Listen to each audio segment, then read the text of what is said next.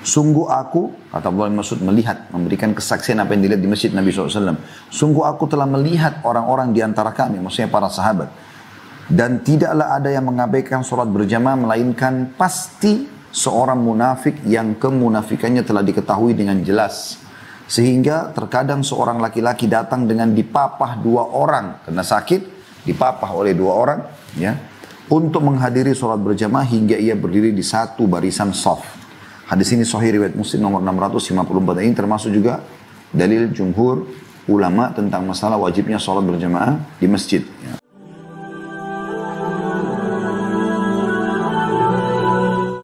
Kita akan masuk poin pertama, poin A-nya di materi ketujuh ini, yaitu sholat berjamaah. Dan bahasan pertama dalam sholat berjamaah yaitu hukum sholat jamaah itu sendiri.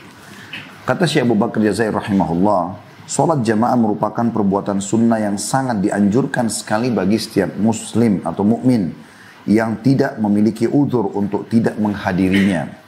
Berdasarkan sabda Nabi SAW, "Ma min thalathatin fi qaryatin wala badwin la tuqamu fihim sholatul jamaah illa istahwadha alaihim syaitan.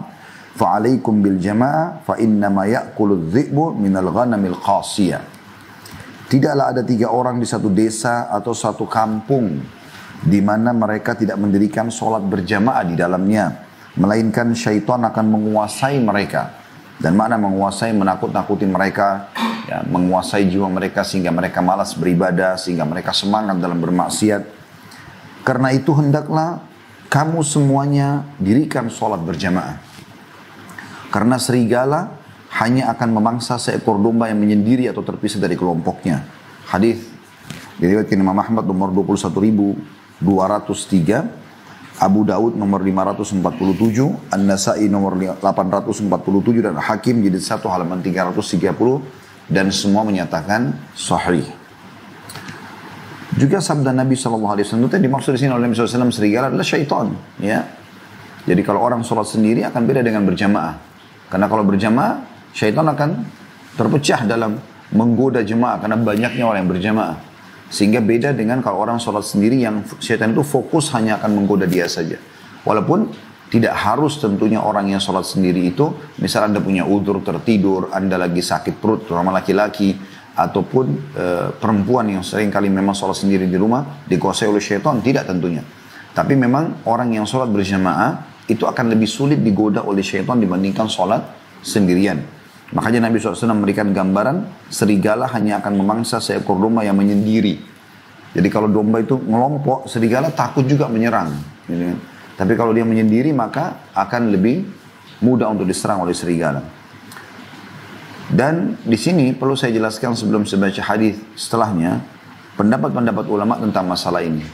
Pendapat yang disebutkan oleh Syekh Abu Bakar Jazair rahimahullah adalah pendapat Imam Syafi'i rahimahullah, yang belum memang mengatakan sholat berjamaah di masjid itu sunnah muakkadah. Artinya sunnah yang sangat ditekankan, dan dalam madhab Syafi'iyah tidak berdosa kalau tidak berjamaah di masjid. Tapi berbeda dengan madhab murid beliau Imam Ahmad rahimahullah, beliau menyatakan wajibnya sholat berjamaah di masjid, kecuali orang yang punya uzur. Ya.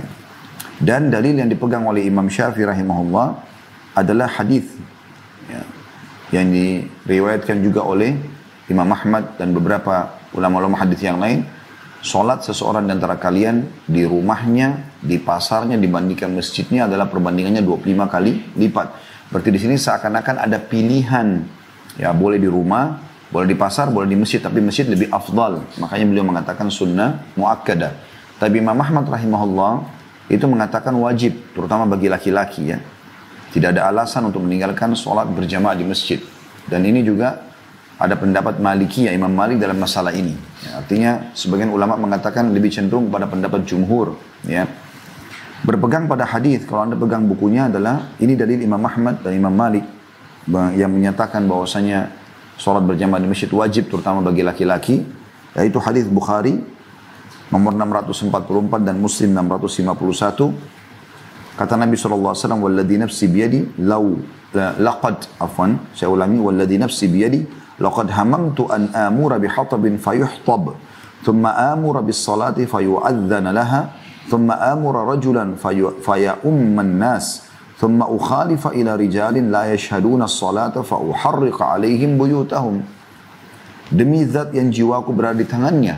Nabi SAW bersumpah, demi Allah, sungguh aku ingin sekali menyuruh supaya kayu bakar dikumpulkan, lalu dinyalakan, ya, supaya ada apinya. Kemudian aku menyuruh seseorang mengumandangkan azan solat, serta menyuruh supaya, atau seseorang supaya mengimami solat orang-orang.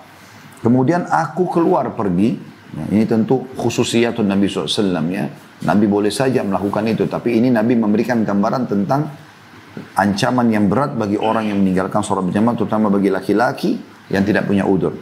Kata Nabi SAW, kemudian aku pergi mendatangi orang-orang yang tidak ikut sholat berjamaah, lalu membakar rumah-rumah mereka. Sebagaimana sudah kita sebutkan tadi, ini hadis sahih riwayat Bukhari, Muslim. Maka menurut Imam Ahmad dan Imam Malik rahimahumullah, yang dimaksud dengan membakar sini ancaman. Dan setiap kali ada ancaman berarti dosa, gitu kan? Berarti dosa. Kemudian Syekh Abu Bakar lanjutkan lagi, juga sabda Rasulullah SAW tujukan kepada seseorang laki buta yang berkata kepada Rasulullah SAW, ya Rasulullah, aku tidak mempunyai seorang penuntun yang akan menuntunku ke masjid. Ini adalah Abdullah bin Umi Maktum, muadzin Nabi SAW. Beliau buta. Dalam sebuah riwayat dikatakan, aku tidak punya seorang yang memanduku ke masjid, mataku buta, dan rumahku jauh dari masjid, serta di antara rumahku sama masjid itu banyak binatang buas. Jadi zaman dulu karena belum ada kendaraan bermotor mungkin ya, tidak ada suara bising. Jadi di perkampungan orang atau kota orang pun sering kali ada binatang-binatang buas yang masuk. Di kota zaman kita sekarang pun dengan adanya kebisingan kendaraan, keramaian orang di jalan-jalan, masih kadang-kadang ada juga binatangnya 1-2 ekor yang lolos misalnya. Maka zaman dulu itu lebih riskan. Nah biasanya bisa menyerang manusia kalau dilihat manusia itu sendiri, apalagi dalam kondisi kelaparan, ya, serigala dan yang sejenisnya gitu ya. Maka orang ini mengatakan, ya Rasulullah, aku tidak mempunyai seorang penuntun yang akan menuntunku ke masjid. Rumahku jauh, dalam riwayat lain. Mataku buta, ya. Banyak binatang buas antara rumahku sama masjid, bisa menyerangku setiap saat. Kemudian Rasulullah, apakah boleh aku sholat di rumah? Kata Nabi SAW, baiklah, diberikan rukhsah, keringanan. Pada saat orang itu akan keluar dari masjid, Nabi SAW memanggilnya.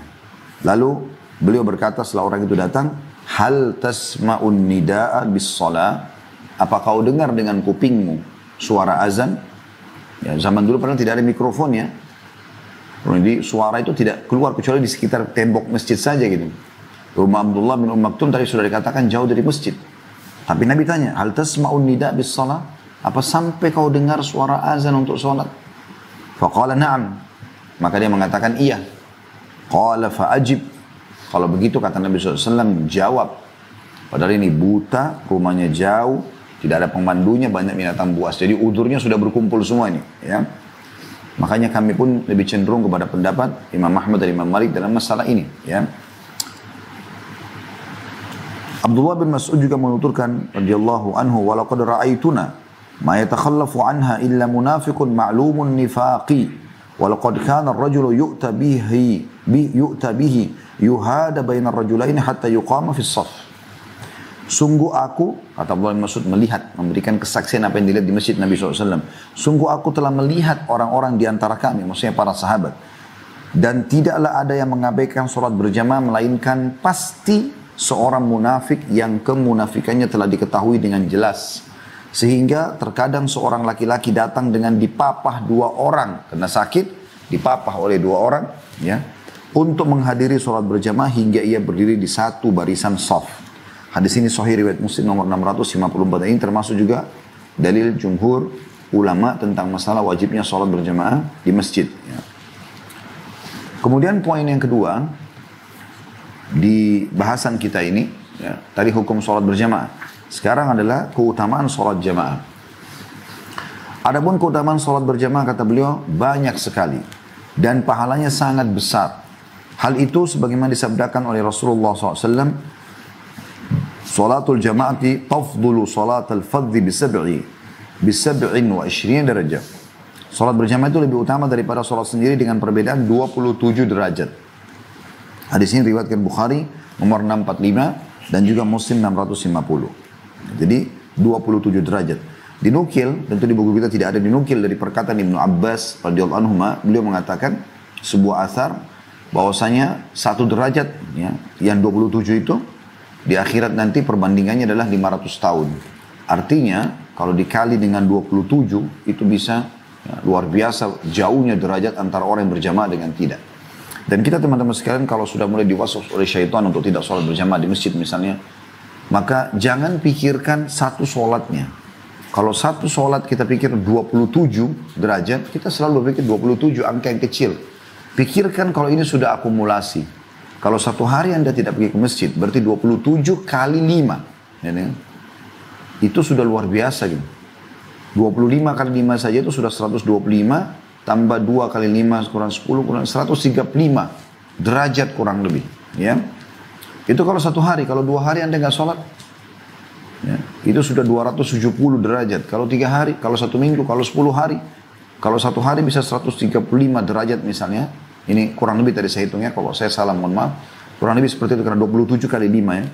Kemudian dikali 10 hari saja, itu sudah luar biasa. Berarti ada 1350 derajat Anda kehilangan dalam 10 hari. Bagaimana kalau sebulan, bagaimana kalau setahun? Berapa banyak Anda kehilangan? Yang kita sayangkan banyak sekali orang masjid dekat rumahnya, dia dengarkan azan. Dia bisa jalan kaki atau dia bisa berkendaraan bahkan. Zaman sekarang orang sudah mudah bisa beli motor, bisa sepeda. Kalau Anda mau sambil olahraga bisa sepeda, Anda bisa motor, bisa pakai mobil. Di Saudi itu sangat biasa masjid-masjid itu dipenuhi dengan mobil-mobil. Seperti Jumat kalau sholat 5 waktu. Ramainya luar biasa gitu. Karena mereka tahu luar biasa keutamaannya. Dan Anda juga kalau ikuti materi kami kemarin di hari Jumat, sempat kita bahas tentang Sahih at-Targhib Tarhib tentang keutamaan juga berjamaah ya. Tapi hadisnya tidak disebutkan di sini, disebutkan di buku sana. Dengan sanad sahih bahwasanya ya, tidak ada seseorang yang selalu rutin mendatangi masjid, ya, kemudian dia punya uzur, satu waktu dia tidak bisa hadir, kemudian dia kembali, kecuali Allah akan gembira dan bahagia dan akan memuliakannya karena dia kembali lagi ke masjid. Baik orang itu tidak punya uzur atau punya uzur, misalnya ini, dia selalu saja subuh dia ke masjid, kemudian dia nggak sabar nih, kapan duhur nih. Duhur datang dia lagi ke masjid. Terus begitu, maka setiap kali dia ke masjid, mau nyambut sholat itu Allah selalu bahagia menyambutnya. Ya, dalam terjemahan buku kemarin berbinar-binar, sangat bahagia. Dan sudah kita terjemahkan juga maknanya, kata ulama adalah Allah akan muliakan dia. Allah akan berikan rahmat atau rezeki. Begitu juga riwayat yang lain kita sudah bahas kemarin adalah kalau dia tadinya rutin datang ke masjid, kemudian dia punya uzur, tersibukkan dengan sesuatu. Mohon maaf, dia buang air besar, buang air kecil, ketiduran, sakit, musafir dan segala macam gitu kan. Dia nggak bisa datang ke masjid, kemudian dia kembali aktif lagi pada saat sudah termudahkan buat dia. Mirip seperti kemarin kita pandemi, kita sama sekali nggak bisa ke masjid, tapi hati ini gelisah ingin ke masjid kan gitu. Nah kemudian kita kembali setelah pandemi sekarang ke masjid, maka pada saat itulah Allah membukakan pintu kebahagiaan ya kepada kita dengan memberikan kemuliaan dan juga rahmatnya. Juga riwayat lain diangkat oleh Syekh Abu Bakar rahimahullah adalah hadis sabda Rasulullah SAW, salatul rajuli fi jama'atin tazidu ala salati fi baiti wa salatuhu fi suqihi bid'an wa salatu fi suqihi.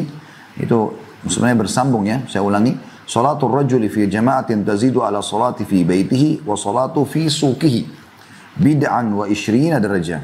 Wa dhalika anna ahadakum idha tawadda'a fa ahsana al-wudu' thumma ata al-masjid la yuridu illa as-salah فلم يخطو خطوة إلا رفعه الله بها درجة وحط عنه بها خطيئة حتى يدخل المسجد وإذا دخل المسجد كان في صلاة ما كانت الصلاة تحبسه والملائكة يصلون على أحدكم ما دام في مجلسه الذي صلى فيه يقولون اللهم اغفر له اللهم ارحمه ما لم يحدث. Hadis ini diriwayatkan Bukhari nomor 477 dan juga Muslim 649. Terjemahannya, kata baginda Nabi SAW, sholat seseorang di antara kalian berjamaah, keutamaannya melebihi sholat yang dia lakukan di rumahnya dan di pasarnya. Dengan perbedaan 27 derajat. Ya. Dan itu di sini, maksudnya adalah sholat di masjidnya ya. Kalau dibandingkan dengan rumah dan pasar, maka masjid lebih tinggi 27 derajat. Hal itu dikarenakan jika salah seorang di antara mereka berwudu dari rumahnya, kemudian ia menyempurnakan wudunya, dia pastikan semua sisi tubuh anggota wudhu yang harus disentuh itu semuanya sempurna terkena air, kemudian pergi ke masjid dengan maksud semata-mata untuk melaksanakan sholat, bukan tujuan lain, bukan karena riya, bukan karena sombong dan berbangga-bangga, maka tidaklah ia melangkah, ya, tidaklah ia melangkahkan kaki selangkah, melainkan Allah akan mengangkatnya 1 derajat serta menghapuskan darinya 1 dosa hingga ia memasuki masjid. Setelah ia masuk masjid, maka ia senantiasa dalam sholat, dianggap selalu dalam sholat walaupun sudah selesai sholatnya, selama sholat itu yang menahannya, tidak keluar dari masjid maksudnya.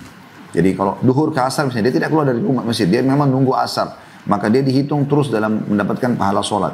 Dan para malaikat akan memohonkan ampunan bagi salah seorang di antara kamu selama ia berada di tempat duduknya, di mana ia mengerjakan sholat padanya. Ini saya ingin titik beratkan ya.